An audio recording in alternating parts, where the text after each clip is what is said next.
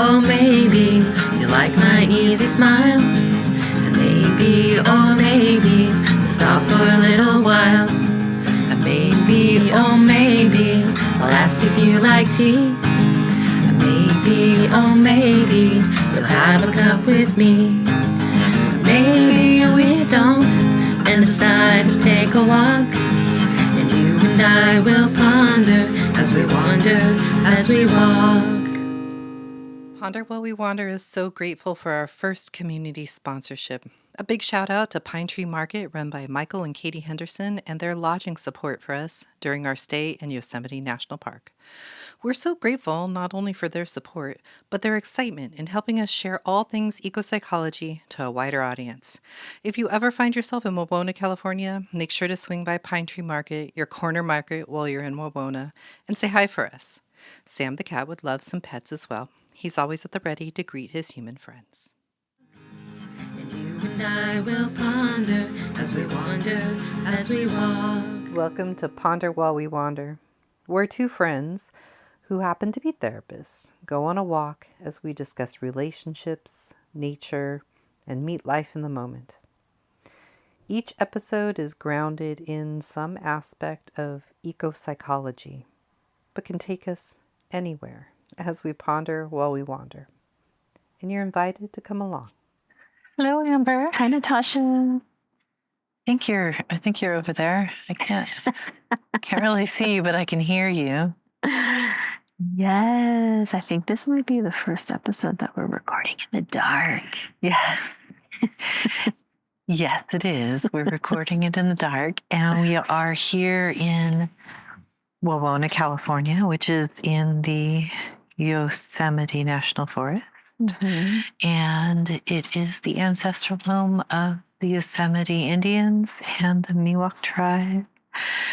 And we are greeting the night sky. Mm-hmm. We're here and it's dark. And we look up at the sky. Mm-hmm. There are really tall trees above us, but between the trees, we can see some sky with some planets and stars and I can tell that the moon is up there. It's a waxing gibbous. It's on its way to a full moon pretty soon here. Almost there. It's almost there. So it's really highlighting some of the clouds you can see floating by and the stars filtering through. Those clouds moving. There's still some snow on the ground. And that is illuminated when I look around. It's not completely dark out here. Mm-hmm. I can hear the river off in the distance there, really rushing.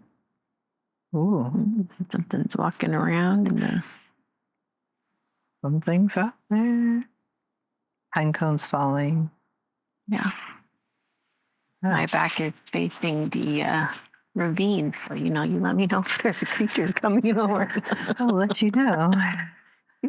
We're on a deck outside of a cabin here, and we didn't have to wander. We didn't have to wander very far to get to the night sky. This is true. In the areas where I live in Los Angeles, you can't really see much dark sky. It's not as dark.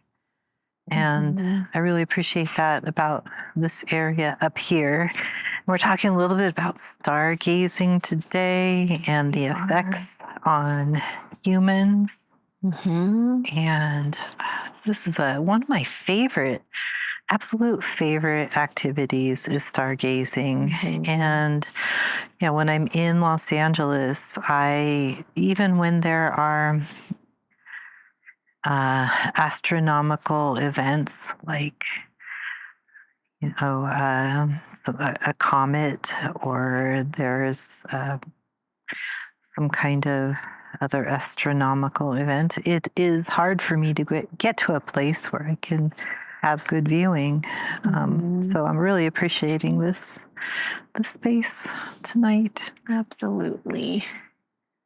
It's a little easier where I live in the Pacific Northwest, but still, feel like it never gets old, even if you get to see it on a regular basis.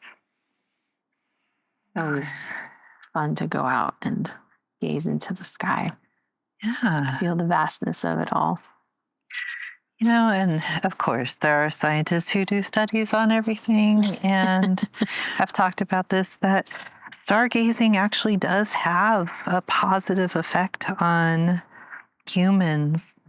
And we talked about this in the episode on awe, right? That stargazing and being able to look into the universe and the vastness and the connecting to that really big environment, right, is enough to produce a feeling of awe in us.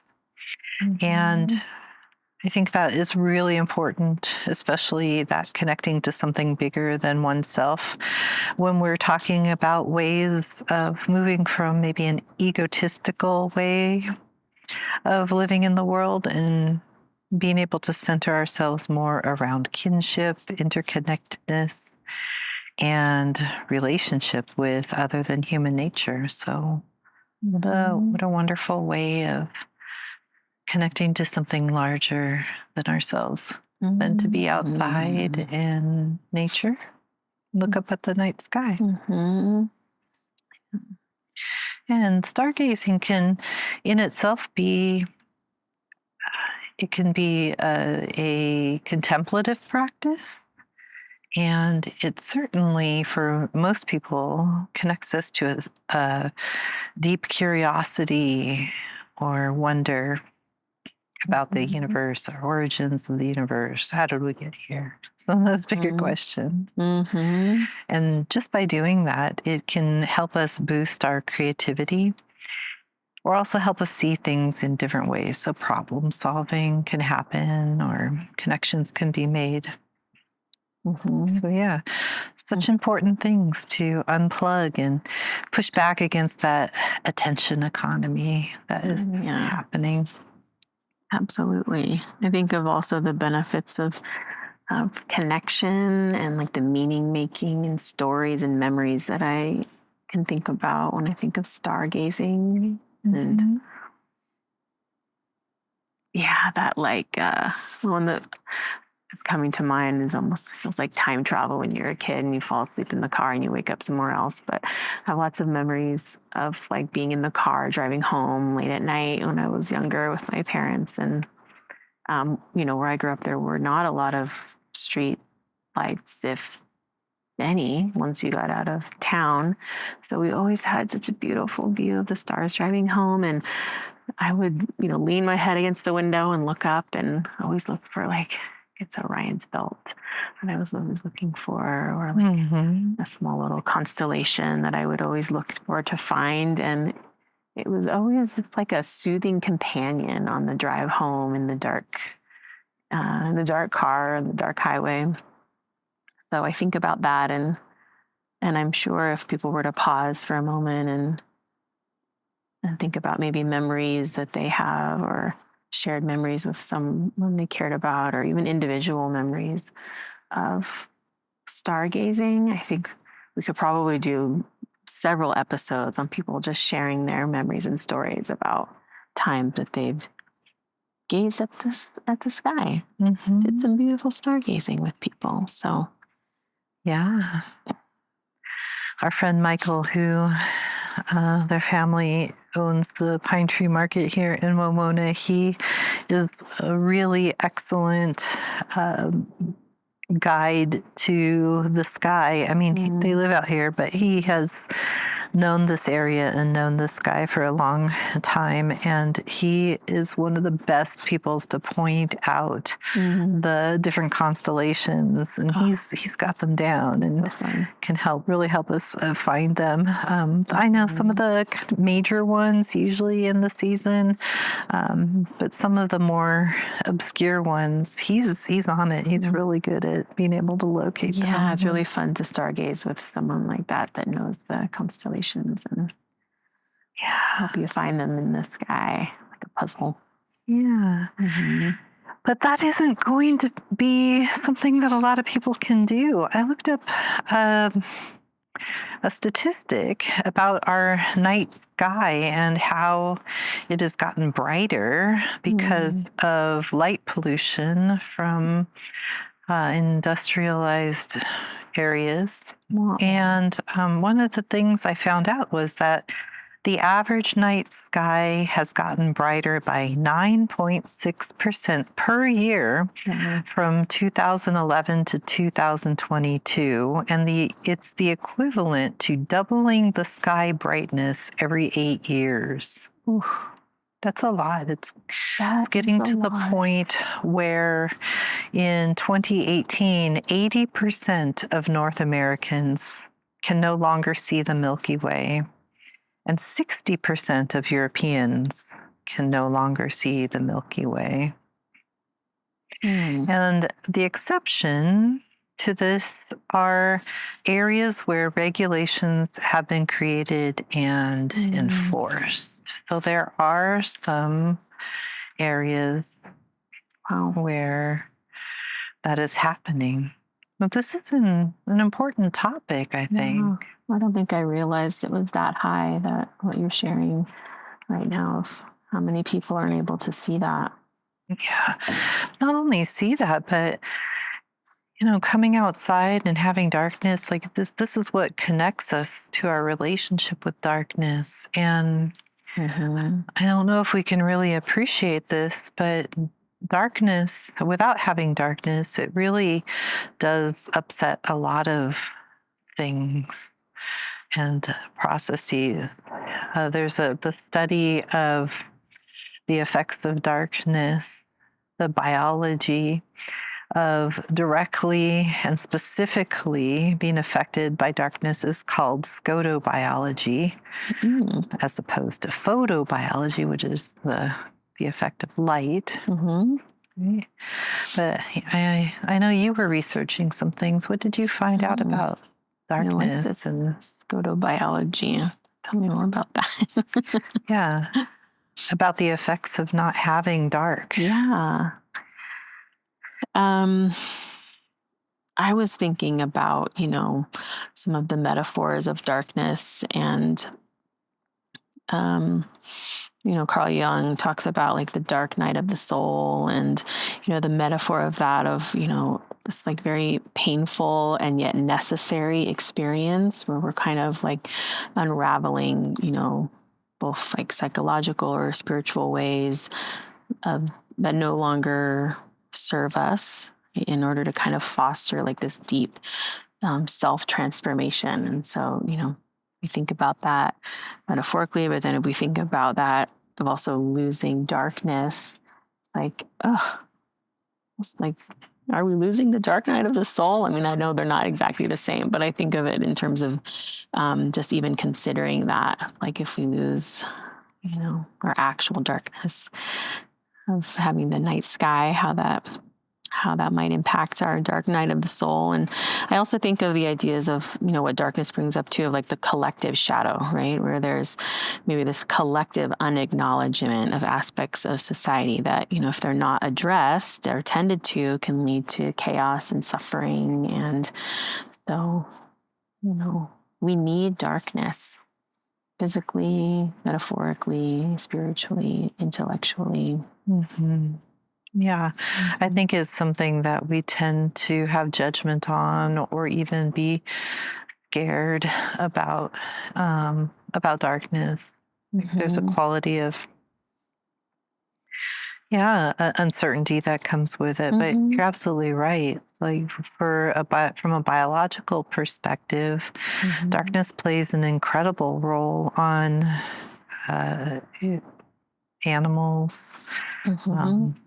Sea turtles tend to lose their way back to the ocean when there's not the darkness, or when darkness is missing. And then migrating birds tend to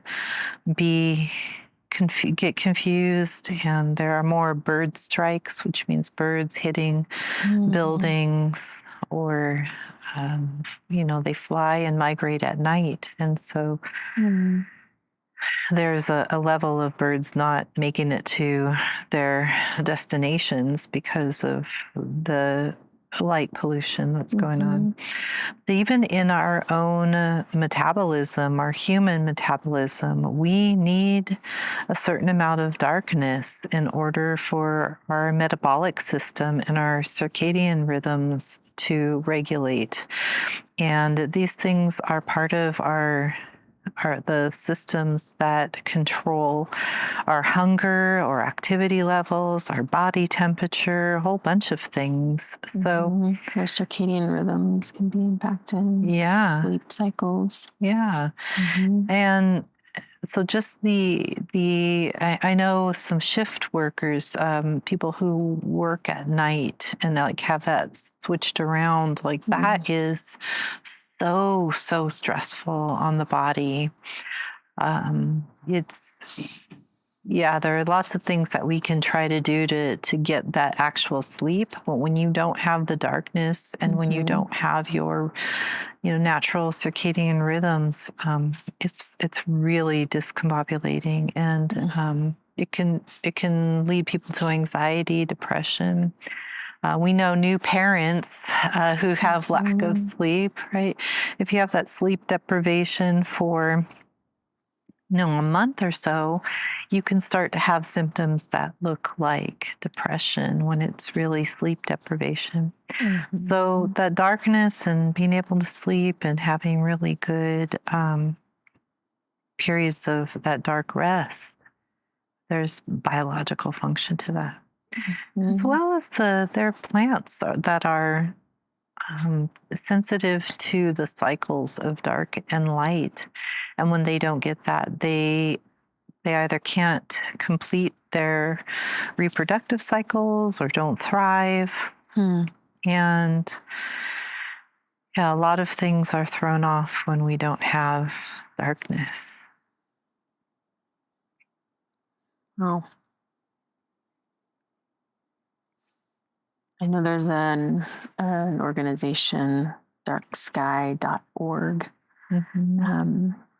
and they're who they are. They're a recognized global authority on light pollution and empowering a global movement to protect the night sky.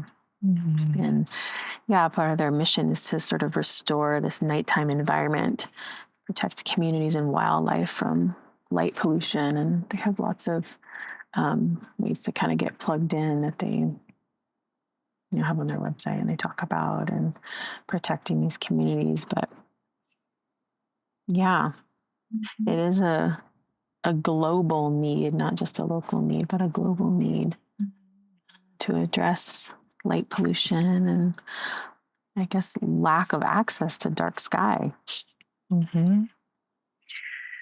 Yeah, I know that there are groups, birding groups, who will put out notifications when birds are migrating through the areas to try and have people turn off unnecessary lights. From an energy saving point of view, a lot of lights that stay on are kind of unnecessary. And I think there's some debate on whether safety is actually, if you're actually safer in lit areas versus non-lit areas.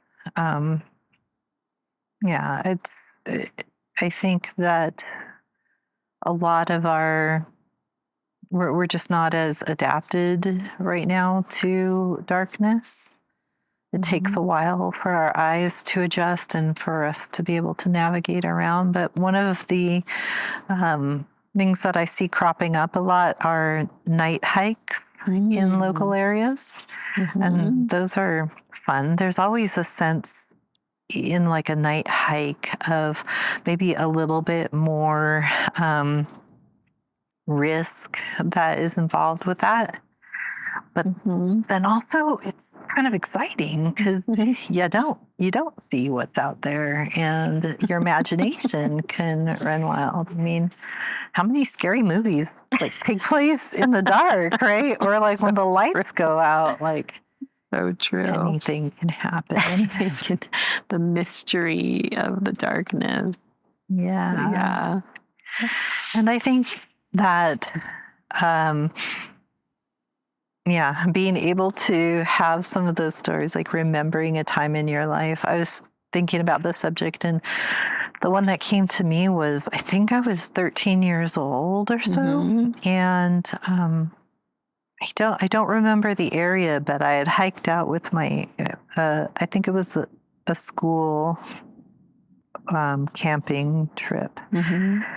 And we hiked out to some lake somewhere at night, and there was a guide, and they took us to these really large boulders and kind of let us spread out on the boulders where we could each lie down under the night sky and just let us be there for, I don't know, felt like a really long time. And I think especially at that age of like your adolescence where, I was not feeling super comfortable in my own skin or necessarily in my, peer group community right then. Things are changing. And then being able to look up at the sky, and we've talked about this in the wandering episode, but that Kairos time, right? Like instead of Chronos, like a clock time, no clock was determining what was happening during that time. It was just so connecting, and it's like all the rest of that other stuff didn't matter much anymore, and that was always something that I could go back to, right? I could always look up at the sky and pick out some stars or something that was up there. I always try and look for the moon wherever I am. It's kind of a little beacon in the sky. Oh, I love that. Yeah. It's like it slows everything down and shifts perspective and, places to return to with memory or sensation or a feeling of connectedness. Yeah, and connected across like generations too, Yeah. sometimes. Mm-hmm. And you think about, I mean, you like the ocean and being on the ocean, and you think about people who can navigate by the stars. I know. That is It's amazing. a lost art. Absolutely. In and of itself. I know. Amazing. Oh. Well, thank you for being outside with me in the dark.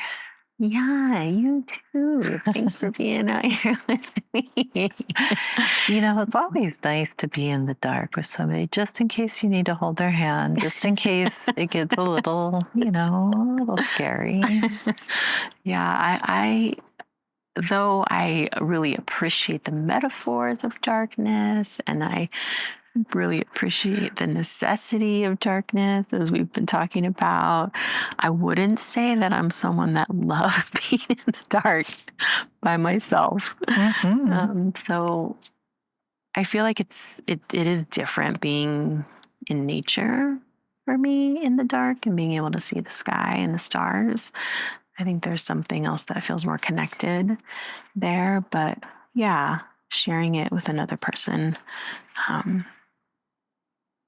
is really fun, especially if you get lucky enough to like catch a shooting star and like, did you see that one? Did you see that one?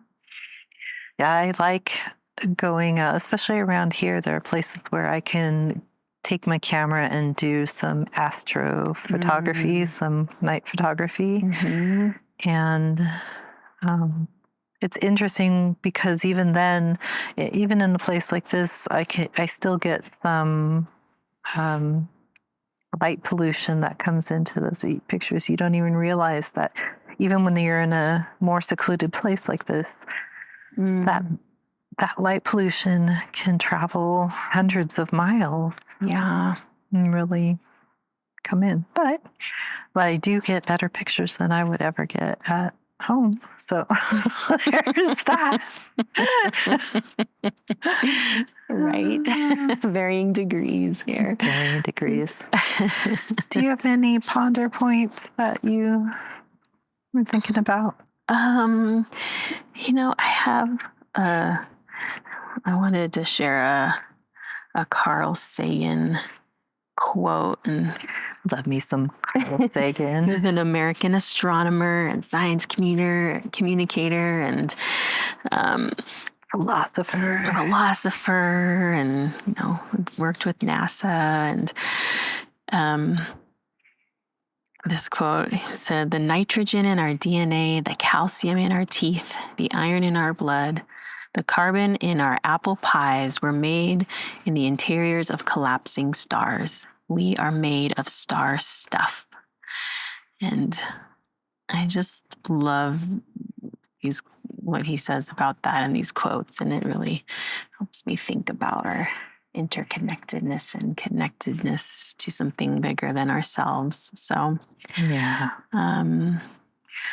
yeah. I mean, I really think that if we could really connect to that of how we are all made up of the same stuff, right? How we are all wanting our families and loved ones to be safe and cared for, and to be well and have a good life, and to feel loved and be close to the people that we love.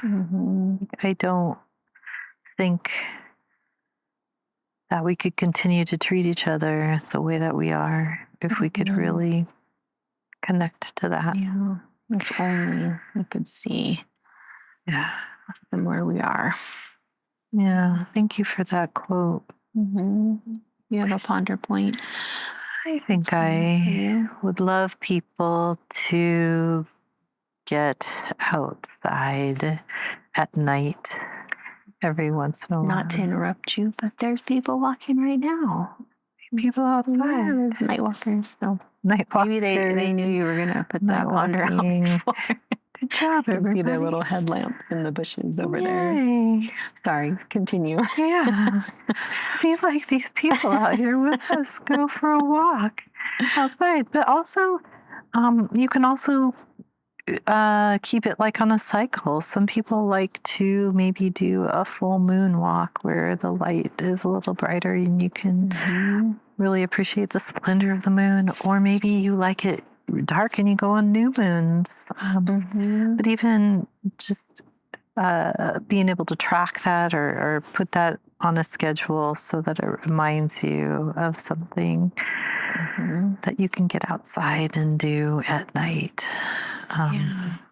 Yeah, I would love for people to try that more often and get out there with some, and take a friend. Yeah, take a friend. Yeah. Go see the night sky in the darkness. Thank you for that. So, these last few episodes, we don't know what's coming next. So just tune in and subscribe and follow along. Subscribe and follow, and you'll figure it out when we figure it out. Well, a little after, but you know what I mean. Not too far after. Yeah. As we wish our night sky good night. Yeah. And to you, I can barely see you, but We've got a good dark night tonight. To you out there who we can't see because we can't see you. You're connected to us in the stardust, so we hear you out there. But till our next episode. Wonderful.